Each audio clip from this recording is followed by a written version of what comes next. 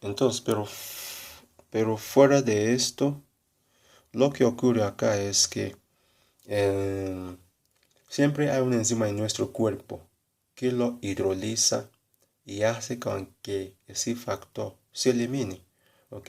Pero a veces, si esas células que hace que se elimine, esa enzima que hace que se elimine ese factor hipóxica alfa 1, si hay mutación de estas células, entonces no lo hace, no lo elimina más, ¿ok? No lo elimina más porque para que lo elimina, este enzima hidroxilasa lo va a hidroxilar ese factor hipóxico alfa 1, ¿ok? Lo hidroliza. A una vez que lo hidroliza, lo hace más vulnerable para, para el gen de supresor tumoral de Von Hippel-Lindau. Lo ataca. Entonces, primero ese enzima lo hidroliza. A hidrolizarlo, el Von lo destruye. ¿Ok? Entonces, si hay mutación de si cualquiera de este succinato deshidrogenasa, gen que controla ese succinato deshidrogenasa, si hay mutación de él junto con el receptor de Von Hippel-Lindau, entonces va a haber, mucha alteración, o sea, va a producir ese factor inducido por hipoxia. Si continúa en la sangre, induce hipoxia y muchas células mueren. ¿Ok? Esas muchas células mueren. ¿Ok? Donde normalmente ese factor hidroxilado se reconoce por el producto de gen. O sea, lo que he hablado aquí, los dos, lo que he hablado aquí, ¿ok? Que uno hidroliza ese factor y otro lo destruye. ¿Ok? Entonces, aquí estoy hablando aquí. O sea, en resumen lo que he hablado aquí. Por lo cual la mutación de tanto succinato deshidrogenasa, o sea, cualquier succinato deshidrogenasa con Von Hippel-Lindau, ¿ok? No lleva más a la hidroxilación de ese factor inducido por hipoxia ni a su destrucción mediada por Von Hippel-Lindau, y también depende en parte al fenótipo de esta neoplasia. O sea, lo que he dicho aquí es lo que estoy queriendo hablar acá, ¿ok? Que hay una enzima que hidroliza el factor inducido por hipoxia, ¿ok? Entonces, normalmente si esa enzima no lo hidroliza, entonces va a haber hipoxia, ¿ok? Va a haber varias hipoxias, ¿ok? Y si hay mutación de ese gen que lo controla, que mejora la actividad de esa enzima que lo hidroliza, junto con factor hiperlindal, mutación de ese factor hiperlindal, que es una vez que son hidrolizados por succinato deshidrogenasa, ese factor hiperlindal lo destruía, así elimina ese factor. Pero si están los dos mutados, o mesmo assim, si uno de ellos está mutados, entonces va a haber más hipoxia.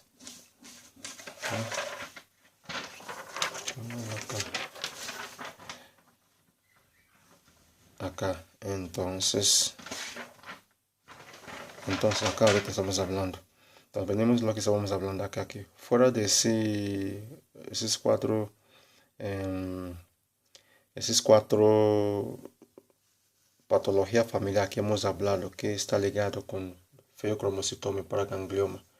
Si hay mutación de ese gen, o sea, esa proteína transmembranosa 123 o factor X mieloma asociado, también relaciona con la aparición de ese feocromocitoma para gangliomas, ¿ok? Y cuando hay mutación de la línea geminal de red, o sea, todo, ¿ok? Si hay mutación de red, Von Hippel-Lindau, succinato deshidrogenasa, cualquiera, ¿ok? Y otros, explica al menos 20 a 30% de los casos de feocromocitoma y paragangliomas aislados. Por eso se aconseja asesoramiento genético y pruebas genéticas para todos los pacientes con feocromocitomas o paragangliomas, especialmente los con antecedente familiar de feocromocitoma o paraganglioma o enfermedades multifocales de paraganglioma o de feocromocitoma, y un diagnóstico antes de los 50 años, ¿ok? Entonces hay que hacer, si una persona tiene feocromocitoma paraganglioma, entonces ¿cómo son más frecuentes esos factores genéticos? ¿Ok? Entonces es bueno hacer asesoramiento y pruebas genéticas para detectar. Con esto ya sabemos cómo manejarlo, ese paciente. Y también ayuda para cuidar a sus familiares también que puede tener en el futuro. ¿Okay? Entonces esta prueba genética también puede ser útil para detectar los portadores, ¿okay? Especialmente para sus familiares, ¿okay? Así protege para que no genere el mismo tumor. Acá casi todos los feocromocitomas, más o menos 90%, sucede en el abdomen, y casi todos estos, más o menos 85% de esos de que suceden en el abdomen, están en la médula suprarrenal. ¿Okay? Los paragangliomas extrasuprarrenales, incluso paragangliomas simpáticos y parasimpáticos, se encuentran en el área perirenal. ¿Okay? Entonces, esas son otras áreas, otras partes del cuerpo donde podemos tener células cromafines, que estaba hablando, que le voy a explicar en el futuro. Entonces aquí son otras áreas del cuerpo donde se puede ver células cromafines, que puede también producir feocromocitomas, o que se sufren tumor, o que se sufren tumores. Entonces, ¿cuáles son? El área perirenal. Entonces, área perirenal, como hemos hablado de la glándula suprarrenal, es una área perirenal. Otro órgano sería órgano de Zuckerkandel. Estos órganos de Zuckerkandel tienen cúmulos de tejido neuroendocrino que es localizado en el área toraco-abdominal posterior y paravertebrales. También se puede encontrar también en la bifurcación de la aorta y en el origen de la arteria mesentérica inferior. Son esos lugares de nuestro cuerpo, acá más en el abdomen, donde también se ven células cromafines productores de catecolaminas. ¿Okay? Otra área sería la vejiga urinaria. La vejiga urinaria también tiene células cromafines también, que puede, si sufre cambio tumoral, también puede producir feocromocitoma. El corazón también tiene esto. El cuello, la parte posterior de mediastino. ¿Okay? Entonces, el feocromocitoma de vejiga urinaria puede llevar a crisis hipertensiva con la micción. Claro, ese es un dato importante. Personas que tienen feocromocitoma, a veces cuando orinan, tienen crisis aumentada de presión arterial. ¿Por qué? Porque inervación simpática en la vejiga hace que los esfínteres, ¿okay? Los esfínteres del cuello de la vejiga se estrecha. Con esto se acumula la orina. Por eso que no vayamos urinando cada momento. O sea, por eso que hay control. Solo urinamos cuando la vejiga está llena. Entonces es inervación parasimpática, que es para adrenalina, hace tensar ese esfínter de la vejiga. Con esto no vayamos orinando cada rato, o sea, todo momento, ¿ok? Entonces lo tensa para que se acumule la orina ahí adentro. Y la inervación parasimpático a nivel de la vejiga hace que urinamos, porque esa inervación parasimpáticos inerva la pared de la vejiga a nivel de su músculo detrusor. Entonces, durante el acto de micción se contrae ese músculo, ese músculo. Entonces, con la presión de este músculo, con la orina que está allá adentro, vence el estrechez del cuello de la vejiga, favorecido por adrenalina, por inervación simpática. ¿Okay? Entonces, con esto lo vence cuando hay más contracción del músculo detrusor por parasimpático. Con eso producimos micción. Una vez que ha producido micción, hay siempre una liberación de adrenalina en ese cuello de la vejiga para que lo cierre de nuevo. ¿Ok? Con eso va acumulando la orina. Pero si hay tumor de esa área que tiene células cromafinis de la vejiga, entonces después de la micción, ¿ok? Entonces, en ese momento que hay que liberar un poquito más de adrenalina para tensar ese cuello, entonces va a liberar mucho, porque hay muchos hormonas allá, hay muchas adrenalinas allá. Entonces con esto puede liberar tanto, y al liberar tanto puede difundir al organismo todo y produce crisis hipertensiva, porque la adrenalina, especialmente la noradrenalina, que todo lo que tiene que ver con contracción acá es noradrenalina. Entonces hay receptor alfa 1 en el cuello de la vejiga. Entonces, como que después de orinar, entonces liberan y cierran bien para que la orina siga acumulando. ¿Ok?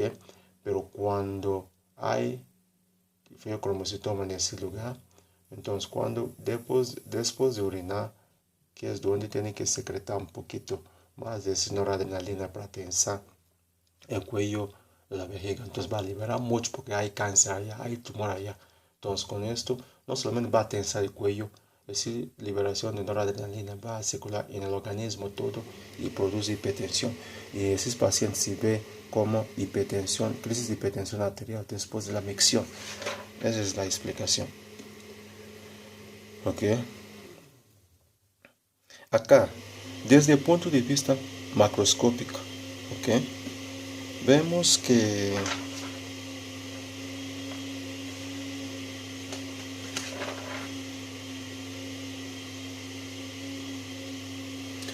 el tumor, el feocromocitoma, ¿ok?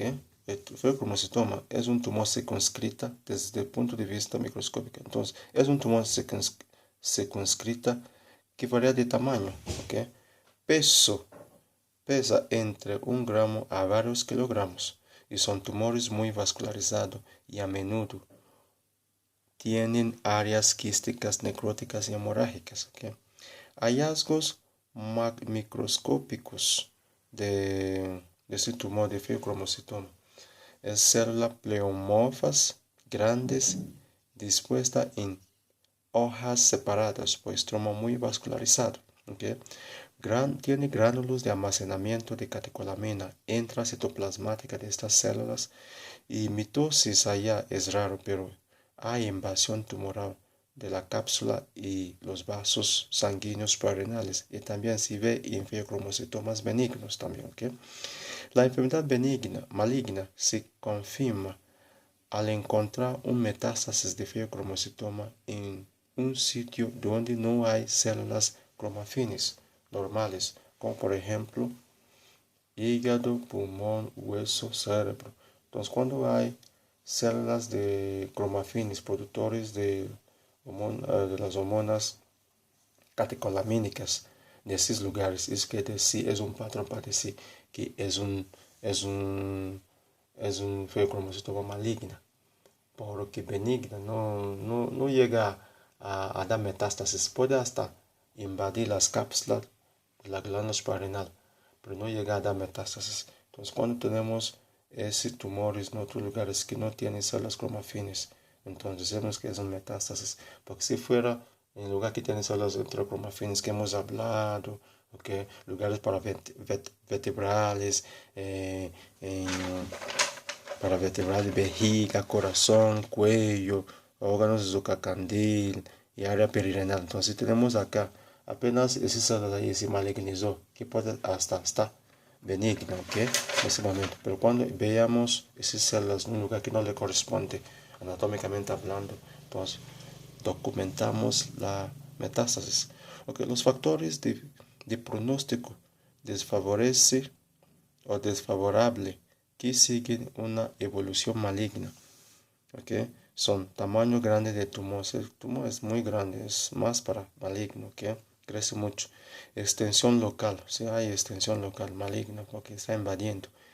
Claro, a veces puede haber en forma benigna también, pero el patrón de extensión local de invadir otros órganos alrededor es patrón de tumor maligno, ¿okay? En la mayoría de los casos. Entonces, edad más joven. Cuando hay edad más joven, eso quiere decir que es maligno, que está relacionado con patología familiar, o que es enfermedad genética familiar. Porque normalmente se ve a partir de 40, 50 años de edad para adelante.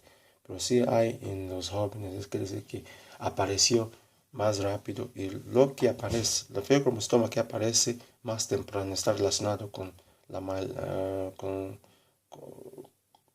posee feocromostoma maligno, ¿ok? Tumor con contenido aneuploide de DNA. Aneuploide quiere decir cuando DNA no tiene similitud con la característica de DNA normal, ¿ok? Aneuploide quiere decir no tiene eso, aneuploide, ¿ok? A veces no tiene nada de patrón de DNA normal de esta célula, ¿ok? Cuando hay secreción de dopamina, entonces dopamina ya es que tumor, el feocromostoma secretor de dopamina es muy raro, pero cuando aparece está relacionado con maligno, ¿ok? Cuando hay mutación de succinato desoxigenasa B, ¿ok? Es que está relacionado con tumores de feocromostoma en el abdomen. Cuando hay esto, está relacionado con patología maligna de este cuadro, ¿ok? Acá vamos a hablar de patogénesis y feocromostoma. Hemos hablado todo, solo algunas cosas vamos a comentar. Entonces dice que casi todos los feocromostomas liberan noradrenalina, ¿ok? Que es predominante. Y puede también liberar adrenalina. Y en raras ocasiones libera solo adrenalina o solo dopamina, ¿ok? Eso es cosa que tenemos que saber. Acá hay un cuadro, hay un acontecimiento o un estado de feocromocitoma que conocemos como paroxismo, ¿ok?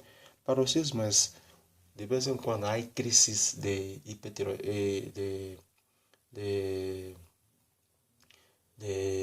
feocromocitoma, que aquí dura algunos tiempos, eso pasa, entonces vuelve de nuevo. Paroxismo es siempre algo relacionado con intermitente, ¿ok? Entonces aparece y manifiesta con signos y síntomas de feocromocitoma en forma exagerada, ¿ok? Después desaparece, después vienen de nuevo. Eso se llama paroxismo, ¿ok? Entonces, sí, paroxismo y feocromocitoma.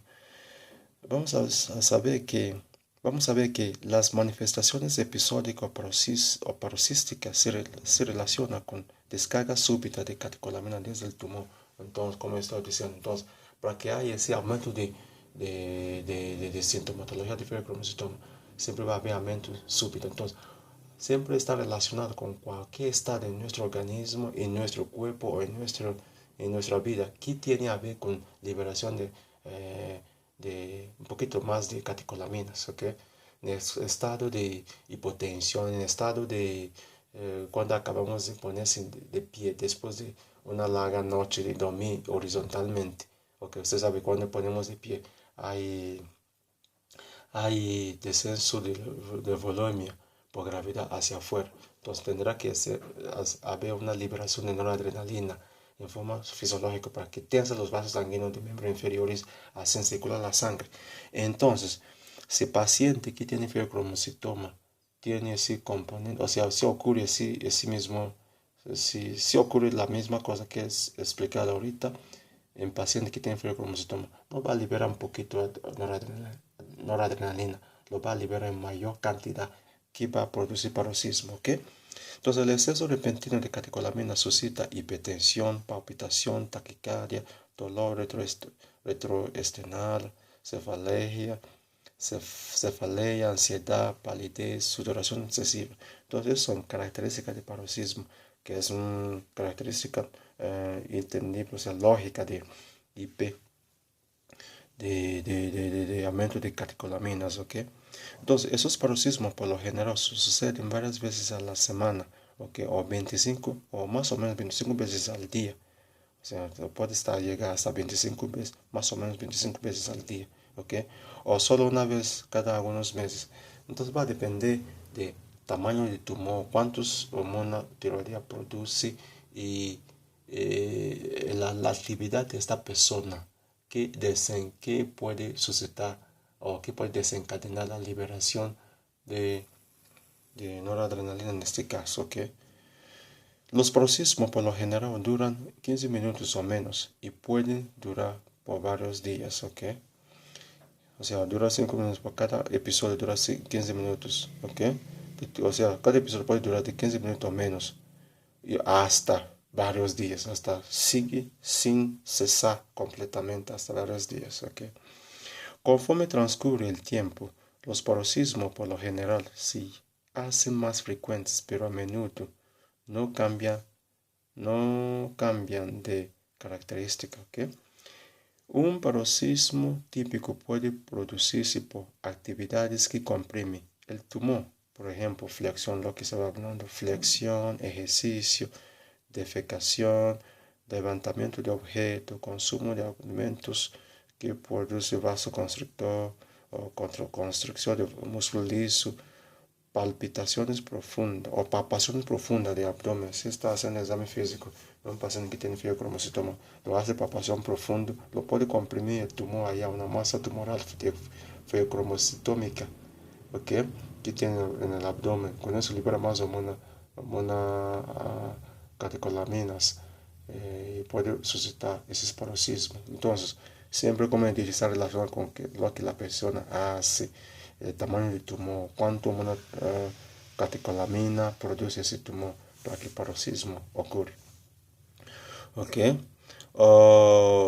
Por sosopremos, no ansiedad. Cuando estamos ansiosos, liberamos adrenalina, ¿no? Entonces, si el paciente tiene fibrocromocitoma, va a liberar mayor cantidad y suscita paroxismo.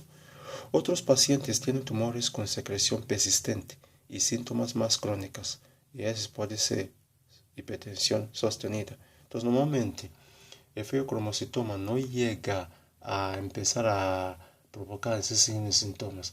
A veces esos tumores se producen allá y se almacenan en espera. Entonces, cualquier componente, cualquier estado que nos hace que hay liberación de forma fisiológica, okay, de noradrenalina. Si ese paciente tiene tumor, tiene ese acúmulo de esas hormonas, va a producir mayormente. Entonces, eso es lo que ocurre normalmente. Pero en algunos pacientes que tienen ese fibrocromocitoma, el tumor sigue liberando de forma, o sea, constante, sin ser por esa descarga, ¿ok? Esa descarga del estado, ¿ok? De uno de esos estados. Entonces, ese paciente va a tener síntomas persistentes. Uno de esos síntomas son hipertensión arterial sostenida, ¿ok? Otros pacientes también pueden experimentar paroxismo relacionado con incrementos transitorios de la liberación de catecolaminas, ¿ok? Que es lo que hemos hablado acá, transitorios, ¿sí? Algunas veces tiene. La exposición a cifras altas de catecolaminas circulante a largo plazo parece no producir las respuestas hemodinámicas clásicas por el aumento de catecolaminas en forma aguda. Entonces es por desensibilización del sistema cardiovascular y eso también explica por qué algunos pacientes con fibrocromocitoma son asintomáticas. Entonces he explicado, con tiempo cuando liberan de esas hormonas, el organismo se adapta, el organismo se controla y se desensibiliza los receptores de catecolamina. Con esto, como que no hay. Eso puede ocurrir al final o sea, en la fase avanzada del fibrocromocitoma, o puede ocurrir en la fase inicial, ¿ok? La persona tiene esa característica de protegerlo más pronto posible y con esto, si no se ve que tiene ese tumor porque no se manifiesta con signos y síntomas y esos pacientes siempre se diagnostica en forma incidental, ¿ok? Haz un MRI o una tomografía computarizada y ve ese tumor, ¿ok? Acá vamos a hablar de manifestaciones clínicas de fibrocromocitomas, ¿ok? Hemos hablado un poquito de ellos cuando hablamos de datos clínicos, ¿ok? Cuando hablamos de presentación clínica de datos clínicos. Ahora vamos a hablarlo en serio. Aquí se debe a secreción aumentada de adrenalina y noradrenalina principalmente, ¿ok? Los 5 síntomas clásicos en los pacientes con fibrocromocitomas son cefalea, ¿ok? Palpitaciones. Palpitaciones está relacionado con taquicardia. Cuando taquicardia está muy exagerado, como que ya no impulsa nada de sangre porque está contrayendo tan rápido, ¿ok? Entonces se ve como palpitaciones. Hasta los pacientes lo perciben. Entonces también va a haber transpiraciones, ¿ok? Y ortostasis. Ortostasis quiere decir hipotensión ortostática. Transpiración porque aumenta el metabolismo del organismo todo. Y palidez porque los vasos sanguíneos periféricos son más finas, ¿ok? Y cuando actúa noradrenalina a sus receptores alfa y beta, entonces lo comprime tanto que va a producir isquemia. Comprime tanto que no pasa nada. Esto también ocurre cuando administramos adrenalina en mayor cantidad. Puede provocar necrosis de la cutánea. O sea. Entonces, en este caso, si fuera adrenalina nomás que hemos administrado solito, entonces, ¿qué causa esto? Quiere decir que está respetando el efecto de mayor dosis, ¿ok? Pero si fuera noradrenalina, es obvio, ¿ok? Pero mayormente es para noradrenalina, ¿ok? Entonces, lo que ocurre acá. Entonces, hipertensión arterial. Entonces, presentación más frecuente, pero puede estar ausente, ¿ok? ¿Cuándo puede estar ausente? Cuando es por adrenalina, ¿ok? Cuando es por adrenalina, ¿ok? Y yo, con mis conclusiones, acá estudiándolo bien, fuera de lo que el libro habla, ¿ok? Yo pienso que cuando hay vasoconstricción es neta, o sea, yo estoy así, o sea, yo concluyo que cuando hay vasoconstricción es por receptor alfa 1 y alfa 2 por noradrenalina. Y cuando hay vasodilatación es netamente por liberación de adrenalina, porque es lógico. Según fisiopatología que estamos estudiando ahorita, es por esto, ¿ok? Entonces, que se administra adrenalina y hay vasoconstrictor, tanto como para producir necrosis cutánea. Para mí esa adrenalina es más noradrenalina de que adrenalina, ¿ok? Es más noradrenalina, porque noradrenalina que tiene esa característica. Jamás va a ser adrenalina. Otra cosa, adrenalina, noradrenalina es adrenalina endógena, porque la adrenalina sintética exógena se conoce como epinefrina y norepinefrina. Entonces la diferencia entre los dos es que los epinefrinas son sintéticos y adrenalina y noradrenalina son del humano, que endógena, por si acaso. Entonces lo que ocurre acá. Entonces la presión arterial aquí puede ser ausente, puede existir cuando estamos hablando solo para noradrenalina y puede ser ausente cuando estamos hablando de adrenalina. En cerca de la mitad de los casos, esa presión es sostenida porque posee noradrenalina, la hormona liberador liberado por fiocromocitoma en mayor cantidad, ¿ok? Y intermitente, y más o menos un tercio de los casos, intermitente quiere decir que de vez en cuando está sostenido, en otro caso está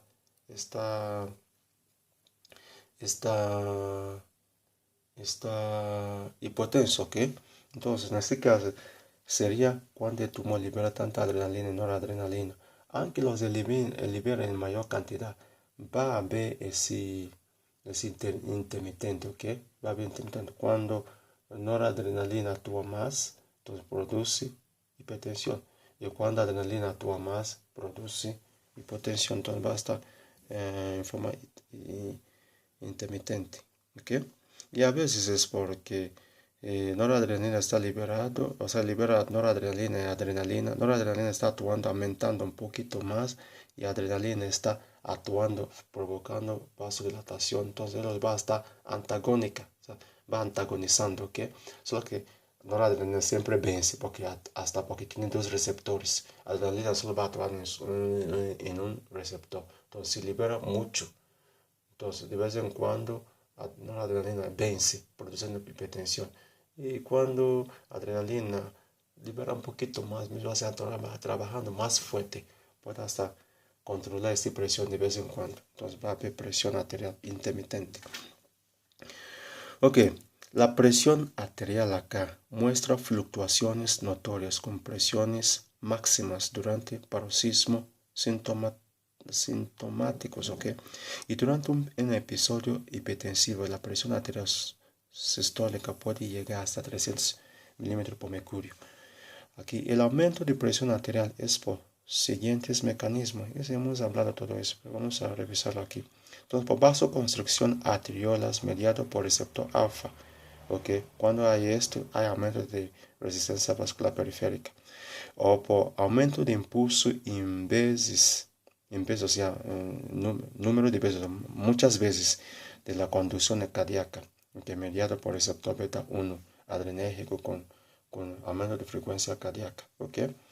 O la liberación de la renina desde el aparato justaglomerular, mácula densa, renal, mediado por receptor beta 1, retención de sodio y agua, en su caso retención de sodio y agua, aumentando presión, o por aumento de inotropismo cardíaco mediado por receptor beta 2, okay, que aumenta la fuerza de contracción cardíaca, así, que aumenta la fuerza de contracción cardíaca, o por aumento de la viscosidad sanguínea, por aumento de ácidos grasos libres en sangre, por aumento de lipólisis, okay, mediado por receptor beta 3 a nivel de tejido adiposo.